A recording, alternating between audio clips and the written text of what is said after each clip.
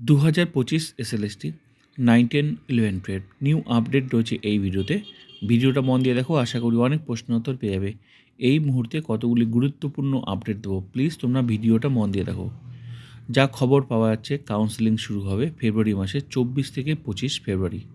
প্রবল সম্ভাবনা 24 থেকে 25 তারিখের মধ্যে শুরু হওয়ার সম্ভাবনা রয়েছে এই কাউন্সেলিং 11-12।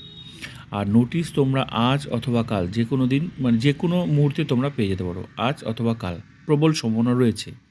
ঠিক আছে, যেহেতু কাউন্সেলিং শুরু হবে তাই 6-7 দিনের একটা ব্যাপার থাকে, গ্যাপ থাকে।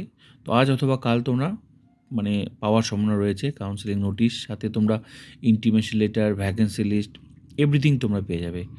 আর সিএমের লিস্টও পাওয়ার সম্ভাবনা রয়েছে তোমাদের, যেখানে র্যাঙ্ক লেখা থাকবে, মানে তোমার কত নাম্বার র্যাঙ্ক, সর্বোচ্চ থেকে সর্বনিম্ন পর্যন্ত একটা র্যাঙ্ক হবে, যার ভিত্তিতে এই কাউন্সেলিংটা হবে স্কুল চুজের ক্ষেত্রে।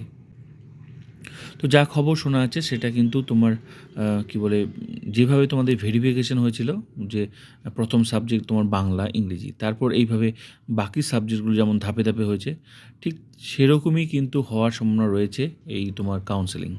ঠিক আছে, তো প্রথমত বাংলা, ইংরেজি, এইভাবে বাকি সাবজেক্টগুলো ধাপে ধাপে। তো দেখা যাক, ঠিক আছে, কিন্তু প্রবল সম্ভাবনা 24 থেকে 25।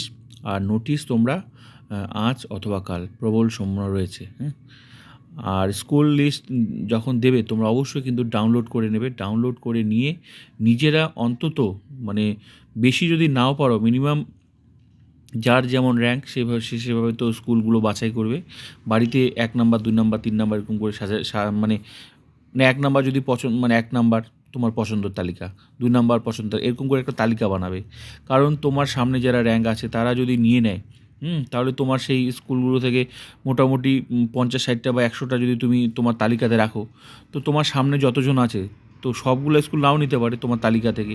তো কিছু তো স্কুল থাকবে যেগুলো তুমি জেনে যাবে যে এই স্কুলগুলো না পেলে এই স্কুলটা নেবো, এই স্কুলটা না পেলে এই স্কুলটা। তো মোটামুটি এরকম একটা তালিকা বানাবে, যাতে তুমি প্রত্যেকটা স্কুল জানো যে কোনটা স্কুল কোথায় লোকেশন। হ্যাঁ, তো এইভাবে অবশ্যই একটা তালিকা বানাবে, না হলে কিন্তু ওখানে গিয়ে দেখবে যে অজানা স্কুল নিতে হবে হঠাৎ করে।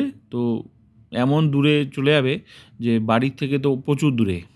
তো আগেই তোমরা বাড়িতে প্রত্যেক যে স্কুলগুলো তুমি একটা পছন্দের তালিকা বানাবে, যে যেখান থেকে হয়তো 20টা কেউ নিয়ে নিলেও কোনো ব্যাপার না, বাকি হয়তো 10-20টা তোমার তো মানে পরিচিত থাকবে যে এই স্কুলগুলো ওখানে।